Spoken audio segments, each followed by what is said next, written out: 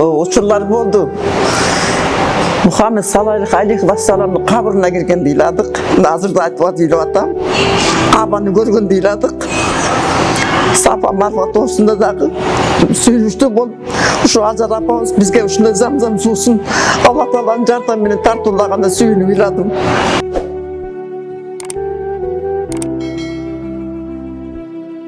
Assalamu alaikum, kandayсыз? Ден соолугуңуз жакшыбы? Умур ибадаттарыңыз кандай өтүп жатат? Валейкум ассалам, рахмат. Allah razı olsun. Umra ibadattарын колдун келишинче аткарып атабыз. Бул жака Алла Таалам чакырып, Алланын чакыруусу менен келип калдык. Аллага миң мерте шүгүрлөр болсун, ыраазычылык билдиребиз. Сырттан көргөндө анчалык билинбейт. Өз көзүң менен көргөндө бул ибадат эмне экенин, Каабанын касиеттүүлүгүн, Сафа Марфа тоолорунун ушундай таң калыштуу жерлерин көрүп, өз көзүбүз менен көрүп, ошого Аллага миң мерте шүгүрлүк келтирип атабыз. Ушундайды ислам динин таркатып, элге жайылтып ошол Пайгамбарыбыз Мухаммед саллаллаху алейхи ва салламдын осуяттарын аткарган миллиондогон мусулмандар жүргөнүнө өтө кубанычтуу болуп атам мен. Biz özümüzün elimizde alışsın yetişince, koluşsun gelişince namaz okup, oruza karmap, musulmansın başka ibadatlarını atkargan hareket kılıp жүргөнбүз. Mına 5 başlı biri olgun ajılık sapar, umra saparına gelip öte kuvançlı болуп атабыз. Жер жүзүндө ушунчалык исламдын таркаганына, ушунчалык мусулмандыкты көп жакшы туткан адамзаттын көп экенине сүйүнүп атабыз. Biz bularga salıştırmalı Kırgızistan'dan gelgen el okeandagi tamçıday el bolup kaldık. Эми Allah'ın şu bizi үйüne çakırıp ibadatlar жасап атканы миң мерте шүгүрлүк кылабыз. Жасаган ибадаттарыбызды кабыл кылсын. Жалпы элибиz үчүн, кыргыз эли үчүн эң биринчи. Жерибиz үчүн, үй бүлөбүз үчүн, бала чакаларыбыз үчүн, жакын туугандарыбыз үчүн, бир туугандарыбыз үчүн, деги эле момун мусулмандын баардыгы үчүн ушу жакшылыкты каалайбыз.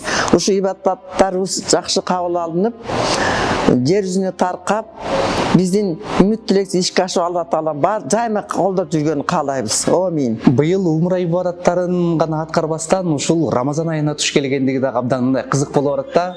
Деги эле айтсаңыз, Кыргызстанда орозону кандай кармачысыз? Бул жакта айырмасы кандай экен? Ооба, өтө кызыктуусу, өтө маанилүүсү, өтө касиеттүүлүгү ошодо болуп атат. Биз бул жака келерибиз уккандан баштап эле орозого туш болгонун сезип, Алла Тааладан күч кубат тилеп, эрктүүлүк бер, чыдамкайлык бер деп тилеп атканбыз. Орозону кармап келгенбиз.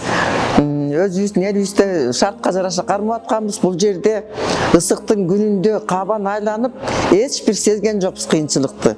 Бу да кошо Алланын амири, Алланын кереметтеринин бири да. Ушунчалык келген кул пенделерин колдоп, бизге күч кубат берип аткан Аллага миң мерте шүгүрлөр болсун. Анан айтсаңыз, быйыл ошо 17 март күн күткөн күн келип, умра сапарынан жол алдык. Канда дагы ошол Куweitке учуп, Куweiттен Медина жана Мекке шаарларын көрдүк. Деги эле айтсаңыз, ушул умра ибадатын аткарууга сизге ким себепчи болду? Эң биринчи Алла Таалам колдоп чакырды. Экинчи себепкер болгон ушу менин бир тууган Жакып деген инимдин уулу Улан иним. Улан иним такыба жигит. Бул бала студент кезинен бери ушул шарият жолуна түшүп, исламдын шарияттарын жолдорун элге таркатып, тууган арасында аябай үгүт иштерин көп жүргүздү. Бир эле тууган арасында эмес, Кыргызстан боюнча теле радиолордон чыгып сүйлөп, китепчилерди чыгарып, аалымдар менен иштешип, өтө көп ишке эмгек жасады да. Эгер улам мынчалык болбосо биз бул жака келип белек, Алла Таала бизди чакырат беле ал күнөмөн.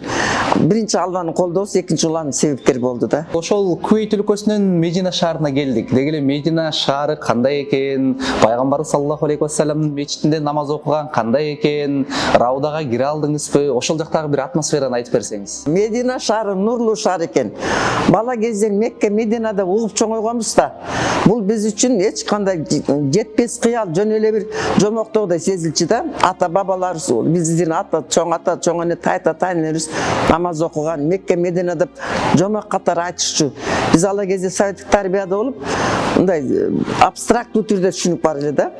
Медина нурлуу шаарга келип, Мухаммед саллаллаху алейхи ва салламдын кабырына барып, өтө толкундуу сезимде болдук. Көз жашы кылдык. Азыр айтат да ыйлагым келип кетип атат. Бардыгын аны ачык асман астындагы мечитте түнү күнү намаз окуп аттык. Ошолдо жатып уктап калып аттык. Замзам суусун ичип, иш кылып төшүбүздө көргөн нерсени өңүбүздө көрүп өтө кубанычтуу болдук. Анан Меккедеги ибадаттарыбыз бүттү, Мадина шаарына келдик. Мадина шаарына келгенде дагы алгач ошол ажы башчыбыз Улан мырза Меккени, Кабаны көрөрдө башыңарды жерге салып тургула, качан гана башыңарды көтөргүлө дегенде бир дуа кылгыла деди. Алгач эле сиз ошол Кабаны көргөндө кандай дуаларды кылууга жетише алдыңыз жана оозуңуздан эмне деген дуалар келди? Ошо башыбызды салып, башыбызды көтөргөндө көргөндө эле о жараткан ушу күнгө жеткизгене 1000 мерте шүгүрлөр болсун дедим. Алдыңда келип дуа кылып турам. Менин дуамды кабыл кыл. Жана мындан ардагы дуаларымды кабыл алуучу кыла көр деп ушинтип өзүбүз үчүн сурандык. Бардыгы Улан ажынын башчысы менен гана болуп атат. Эгер Улан ажы бизди жетектебегенде биз эч нерсе түшүнүксүз эле болмокпуз. Жакшынакай кылып бир сапка тизип, группада топтогу адамдар дагы баш ийип, сонун ойдогудай Кабаны табып кылдык деп ойлойм да. Жакшы ойдогудай болду менимче. Анан жашыңыз пайгамбар жашынан өтүп калыптыр, 74 жашка келиптирсиз. Деги эле айтсаңыз, ушул 74 жашка келип сиз эмнелерди түшүндүңүз, эмнелерден сабак алдыңыз? Биз эми өзүң айткандай биз советтик мезгилдеги адамдарбыз. Учурунда атеизмди окуганбыз, Алла Таала кечирсин. Устаздардан, алымдардан сурасак, ошо советтик мезгилдеги атеизмди Алла Таала кечирет дейт. Менин кул пенделерим күнөөлүү эмес, коом күнөөлүү, эпоха күнөөлүү деп ушундай айтылган. Анан кийин ушу намазга келгенден бери ааламдын жалгыз жаратуучусу Алла Таала экенине ишендим. Мухаммед саллаллаху алейхи вассаламды кичинекейден кезин баштап ушу жүрөгүнө нур түшүрүп, акыркы пайгамбар деп Алла Тааланын даярдаганына ишендим. Ага чейин көптөгөн пайгамбарлар болгон. Жана татыктуу адамзаттын асылы ушул ислам динин тарката алат деп ишенип, акыркы пайгамбар кылып ишенген, бизге элчи катары таштап кеткен ишендим да. Кудай буйруса сизге өмүр берип, ден соолук берсе, кийинки жылдары Рамазан айына, умрага кимдер менен келүүнү кыялданып жатасыз? Эми бул убакка чейин менин үйүмөн кызым, күйөө бала менен келип кетишкен. Анан дагы башкалардын ушул жактан туруп салам дуаларымды айтып атам. Бул жактын касиетин айтып атам. Алар дагы менин өзүмдөн үй бүлө бала чакаларым, тууган уруктарым, курбу курдаштарым, деги эле менин жакын адамдарым бизди барганда да насип этсин деп суранып атышат. Ошолор жакын адамдар менен келип кеткенде Алла Таалам буйруп насип кылса деп тилейм. Ошол 9 күндөй убакыт өткөндөн кийин кыргыздын тамагын сагындыңызбы? Бул Улан ажынын мыктылыгы үйдөн эле гүл азык даярдана алга деген. Биз айлыга чейин 6 күнгө чейин Мединада үйдөн алып келген тамак менен өзүбүздүн кыргыз тамагын жеп аттык. Келсек Алланын буйругу, өзбек жигиттери жакшынакай ашпоз болуп өзбек тамактарын берип атат. Бул жактын тамагын чын-чындан даамдай элекпиз.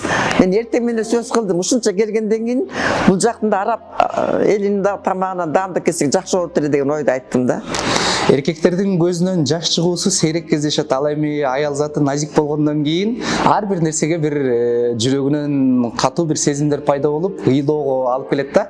Сиз дагы ошондой учурлар болдубу? Балким Мекке шаарында же Медина шаарында же дуа кылып жатканда кайсы учурда сиз мындай ыйлай алдыңыз? Учурлар болду. Мухаммед саллаллаху алейхи вассаламдын кабырына киргенде ыйладык. Азыр да айтып ыйлап атам. Кабаны көргөндө ыйладык. Сафа Марва тоосунда дагы сүйүнүчтүү болуп, ушу Ажар апабыз бизге ушундай замзам суусун Алла Тааланын жардамы менен тартуулаганда сүйүнүп ыйладым. Бул жакта ошол басып жүрдүңүз, пайгамбарлык доордогу кыйынчылыктарды өзүңүз кадамыңыз менен, жүрөгүңүз менен демек сезе алыптырсыз да. Ошонун бардыгын сезе алдым мен. Ошончолук элдин көптүгүн көргөндө Алла Таала элчибиз пайгамбар саллаллаху алейхи вассалам Мухаммед пайгамбарга дайындап кетип атат да, ислам динин дайындап жайылт деп. Демек Мухаммед пайгамбар саллаллаху вассалам милдетти ушунча жаш аткарган, миллиондогон элдер ислам динин кармап аткан. Мен ошону гана ойлоп аттым. Мынакей Алла Мухаммед саллаллаху вассалам пайгамбарыбыз, сенин кабырыңа келип турабыз. Сенин осуятың, сенин хадистериң элге жетип, мына алдыңда ыйлап сыйынып атабыз деп ушу ойго келди. Ana bu жерде анча-мынча кыйынчылык болду. Элдер түртүшүп кетти жума намазда, ысыкта кыйналып атканда ислам динин жайылтуу өтө кыйын болгон. Мухаммед пайгамбар канчалык азап тазокту көргөн, мушриктерден азап тазок көргөн, маскараланган, качкан, аны дагы Алла Таала колдоп, мужизасы менен колдоп турган. Ошонун баардыгы Мухаммед пайгамбардын жолун биз басып атабыз деп түшүнүп аттым мен. Мен ал күнгө күйгөнүмө, кыйналганыма кейген жокмун.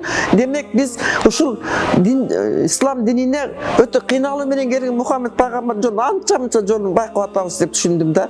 Жана Сафа Марфа тоолорун басканда дагы ошондо бизге кайталанып атат ошонун баардыгын. Ошонун баардыгын ушу Мекке Мединага келгенде гана сезет экенсиң. А мындай окуганда бул сырттан абстрактуу түрдө түшүнүк болгондо, бул жерде өзүң жон териң менен сезип, көзүң менен көрүп, конкреттүү түрдө көзмө көз кездешкенде баардыгын сезет экенсиң да. Аллага миң мерте шүгүрлүк кылып, адамзаттын асылы тарыхтагы эң мыкты адамзат катары жазылып калган Мухаммед саллаллаху алейхи вассаламга миң мерте рахмат, ыраазылык билдиребиз. Кудай буйрса ошол ыйлаган дубаларыңыздын, баскан кадамдарыңыздын, эмне деген нерселерди айтсаңыз ошолордун баардыгы кабыл болсун. Эми айтсаңыз, ушу сиздерди 15 күндүк сапарда умра башчы болуп жүрөт, ажы башчы болуп жүрөт, ошол улам мырза тууралуу айтып кетсеңиз, кандай кызмат кылып атат, балким кемчиликтери, балким артыкчылыктары? Бул жерде мен айтсам өзүмдүн жакын тууганым болуп атат. Улан ушу туулгандан бери эле ушу мен бир тууган инин баласы да. Мен ойлойм да, мен оюмда. Биздин ата бабаларыбыз болгон, балким биздин мурунку ата бабаларыбыз, жет аталарыбыз, мурункулар ислам динин балким катуу кармаган чыгар. Совет мезгилде сал начарлашып кеткен абал. Кандайдыр ошол ата бабалардан бир дубалары ушу уланга жеткен деп эсептейм. Бул сөздү мен дайым айтам. Ушу улан кенчелесең керек да. Анан мен өзүбүздүн апабыз, уландын чоң апасы дагы намаз окуп, орозо кармаган адам болгон. Ошо улан бир жашка чыкканда ал киши каза болуп калган. Балким ошо апабыз дуба берип кеткендир. Ошолордун улан туучусу деп эсептейм да. Бул жаш кезинен эле жакшы окуган да Жакып менен Равшан келиндин тун баласы. Аты да улан болуп, мектепте жакшы окуп, үйдө жумушта кылып, булар 4 эркек да, кызын да жумушун кылып, чыйрак чоңоюп, мектепте алтын медаль менен бүтүп, окуу жайын бүтүп, ошо окуу жайда окуганда ошо шарияттын жолун түшүнүп, ошондон бери аалымдар менен иш алышып жүрөт да. Анан ошонун баары таасири тийди бизге. Түшүнүүбүз бар эле, бизди ушу шарият жолуна алып келип, бизди ушундай исламды тааныткан улам болду да. Адамкерчиликтүү, оор басырыктуу, токтоо, сабырдуу, баардык нерсени жакшы кабыл алган, ар нерсеге майда нерсеге чейин көңүл буруп жооп берген мыкты инсан катарга баалайм. Бир гана шарият жол эмес, бул башка иштери да көп аябай. Улам бир карасаң Америкада жүрөт, бир карасаң Африкада жүрөт, бир карасаң Турцияда жүрөт. Жаңыдан бара баштаганда биз аябай таң калчубуз. Улам деп, анан азыр болсо көрүнүш болуп калды. Бир тур телефондон бул жактан салам деп койт. Улам ушакта жүрөт. Аман болушун, Кудай колдосун деп отурабыз. Сизге терең ыраазычылык билдиребиз. Бул жашоодо эң жакшы белек адамдарга адам убактысын бөлүү дейт. Ошондой убактыңызды бөлүп берип, ичиңиздеги болгон нерселердин баардыгын айтып бергениңизге эми акыркы эркин микрофон болсун. Жалпы эле кыргыз элине өзүңүздүн каалооңузду, тилегиңизди, деги эле ушул убакыттар өтүп баратат, ушундай умра ибадаттарын аткарып калгыла, ажылыкка келгиле деп бир өзүңүздүн кайрылооңузду жалпы коомчулукка айта кетсеңиз. Аллага миң мерте шүгүрлөр болсун. Мындан 10 жыл мурунка караганда кыргыз элинде ислам дини жакшы эле жайылып калды. Жаштар сабактарга катышып атышат, орозо кармап, намаз окуп жатышат, садака секет берип атышат, мусулмандын 5 парызын аткарып атышат да. Анын умрага баардыгы келген жакшы болот эле. Эми Алла Таалам бизге бейиштин төрүндөй болгон жерди береке калтырган. Ошо эл башчыбызга Алла Таалам туура багыт берсе экен деп тилейм. Аракет кылып иштеп атат. Эл башчы сыйлаган, Кудайды сыйлаган болот деп тилейт. Ошо эл башчыбызды Садыр Жапаровду колдойлу деп, ошонун багытына мусулманчылыкты да колдоп атат, муфтилер менен иш алып баратат, муфтилердин формасын кийип чыгып атат. Бул дагы анын исламга болгон жакшы көз карашы деп эсептейм да. Анан эл өзүп атат. Жаштар айрыкча ислам динине берилип, үгіт іштерін жүргізеді. Азыр біз ұстаздарыбыз, ажыларыбыз да көп жақсы шығып сүйлеп атышат, интернеттен шығып сүйлөшөт, мечитте жума намаздарда толуп кетет, айт намаздарда Кызыл Аянтта жер калбай калат, мечиттерде толуп жаштар жүрүп атат. Ошо жаштар бизге кайра үлгү болуп атат чын-чынына келгенде. Анан биз дагы чыныгы жашоо, чыныгы керемет ушу ислам дининде экенин түшүнүп, ошо багытта барышыбыз керек да. Анан умрага келгендер саны көбөйүп, ислам динин дагы изилдеп, бул океандай чалкыган ушунчалык чоң илим Куран китеби. Куран китебин эми арабча окуй албаса мен орусча окуймун. Түшүндүм, 5 жер окуп чыктым. Окуган сайын түшүнүп, түшүнбөгөндө интернеттен карап, бүт аракетти кылып атабыз Алдага кызмат кылганга. Сизге Алла разы болсун. Кудай буйрса өмүрүңүз узун болуп, жалаң гана бир жакшы жаңылыктардын үстүндө жүрө берели. Рахмат Бактияр. Бактияр, сага да чоң рахмат. Жаркылдаган жакшы жигит экенсиң. Сен дагы ушу ислам жолунда жүрүп атат экенсиң. Сен бизге жактың, жаркылдап энелер, эжелер деп жакшы мамиле кылып атасың. Сен дагы ошо ислам дининде жүргөн жолуң шыдыр болсун, келечегиң кең болуп, бактылуу үй бүлө куруп, келечегиң кең болгонун каалайм мен сага. Чоң рахмат сизге.